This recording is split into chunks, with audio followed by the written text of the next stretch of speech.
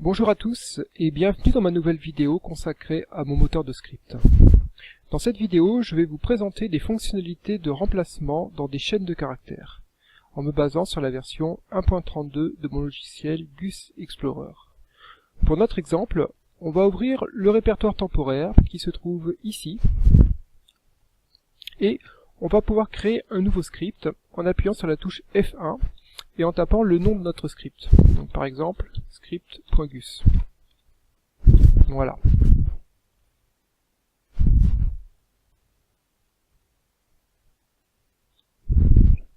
Donc, on va tout d'abord stocker dans une variable S une chaîne de caractères qui va nous servir pour nos exemples.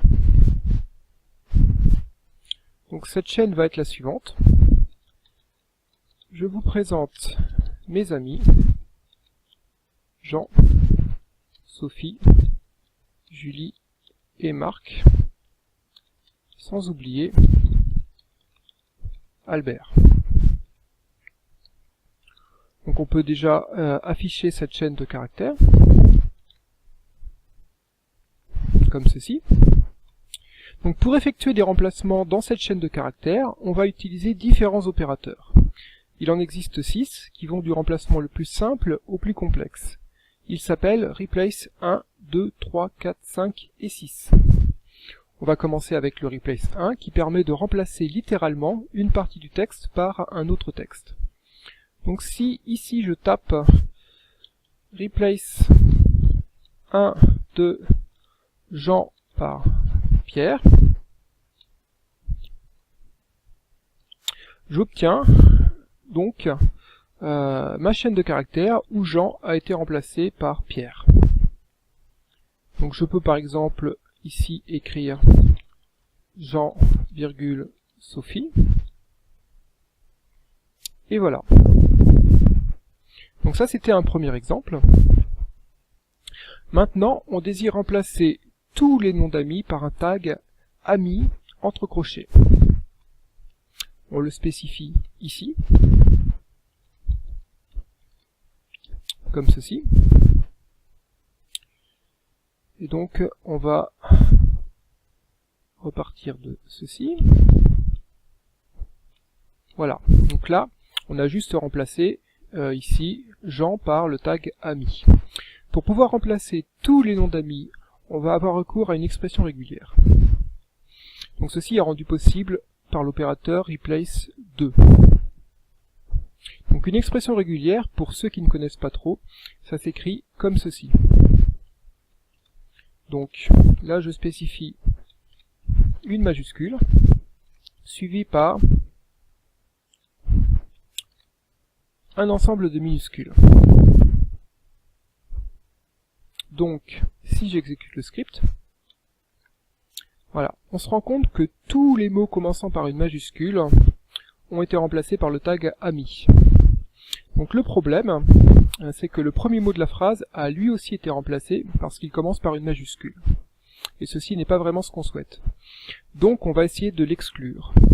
Pour cela, on va faire débuter notre expression régulière par un caractère qui est n'importe quoi sauf le début de texte. Donc ça s'écrit comme ceci.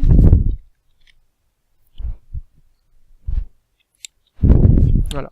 Donc là j'ai exécuté et on se rend compte que le premier mot a bien été exclu. Mais on a un petit souci qui est apparu ici. Tous les caractères précédents, les noms d'amis, ont été mangés puisqu'ils sont eux aussi matchés par l'expression en fait. Donc pour y remédier, on va devoir utiliser ce qu'on appelle des groupes de capture. Donc pour faire simple, il s'agit d'une partie de l'expression régulière qu'on va mettre entre parenthèses et à laquelle on va pouvoir faire référence dans notre mécanisme de remplacement. Donc, voilà. Par convention, donc, un groupe de capture est repéré par son ordre d'apparition dans l'expression. Ici, on a défini donc, le groupe numéro 1, le 0 étant réservé pour l'expression tout entière. Donc ensuite, pour faire référence à ce groupe, dans l'expression de remplacement, on écrit a priori $1. Mais là, vous allez voir qu'en fait, ça va pas fonctionner avec l'opérateur replace 2. Voilà. Alors $1 par contre, voilà. Donc tout simplement parce que donc cet opérateur interprète la chaîne de remplacement en fait comme une expression littérale. Donc pour utiliser la notation $, on doit passer à l'opérateur suivant, l'opérateur replace 3. Voilà. Et là, on obtient le bon résultat. Le caractère donc qui se trouvait avant a été remis à la même place. Donc la notation $, en fait, permet de faire des choses sympathiques. On peut par exemple reprendre le nom de chaque ami et le mettre entre crochets. Donc pour cela, on va créer un deuxième groupe comme ceci. Voilà. Et on fait référence à ce deuxième groupe ici en écrivant $2. Et voilà ce qu'on obtient donc. Donc ça en fait c'était donc l'opérateur replace 3. Donc l'étape suivante va être de mettre en majuscule tous les noms d'amis, ce qui va nécessiter d'avoir recours à une transformation textuelle. Donc il faut aussi passer à l'opérateur suivant, qui est l'opérateur replace 4. Donc avec cet opérateur, on va repartir de l'expression régulière initiale. Voilà. Oups, pardon. Donc en deuxième partie, on va spécifier une transformation textuelle qui va permettre de mettre en majuscule le texte qui a été matché. Donc l'expression a.upper. Regardons ce que ça donne. Voilà. Donc tous les noms d'amis ont été mis en majuscule, mais on est confronté au même problème que précédemment, à savoir que le premier mot de la phrase a été matché par notre expression. Donc pour l'exclure, on va complexifier l'expression comme on l'avait fait précédemment, avec un caractère initial qui n'est pas le début de texte. Voilà, et avec les groupes de capture.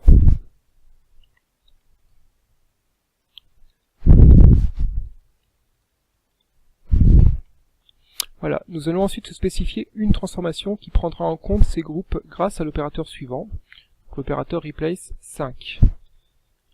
Donc dans ce cinquième niveau, ici, il ne s'agit plus d'une transformation textuelle, mais en fait il s'agit d'une transformation prenant en paramètre d'entrée une liste de chaînes de caractères correspondant au groupe capturé.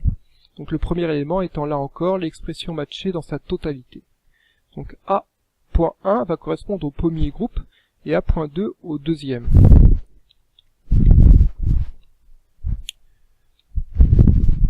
Voilà, donc si j'écris comme ceci,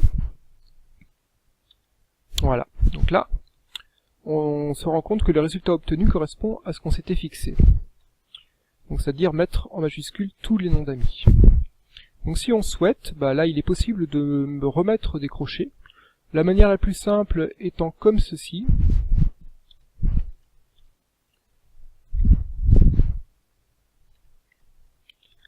Voilà. Voilà, mais il existe en fait un opérateur pour mettre du texte donc entre crochets. Donc il serait dommage de s'en priver.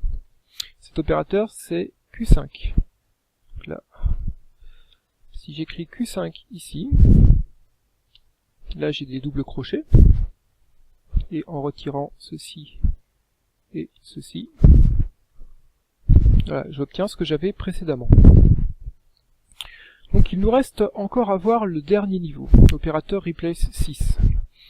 Mais il nous faut donc un dernier défi qui est un peu plus costaud.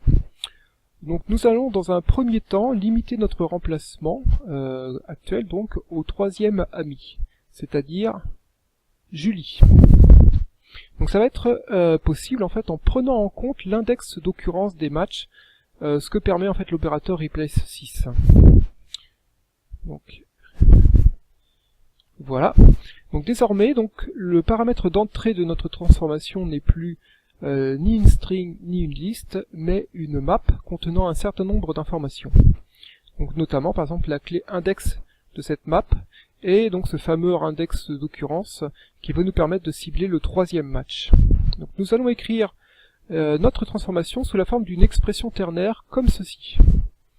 Donc si a.index égale 2, donc ce qui équivaut à la troisième position, Alors, on reprend la transformation précédente, donc, dont l'écriture va juste nécessiter quelques ajustements, vous allez voir. Donc A.1 va devenir A.G, qui en fait reprend l'ensemble des groupements, .1.s, qui est la valeur textuelle, et de même A.2 va devenir A.G.2.s. Voilà. Et donc dans le cas contraire, on renvoie la chaîne elle-même, c'est-à-dire A.S.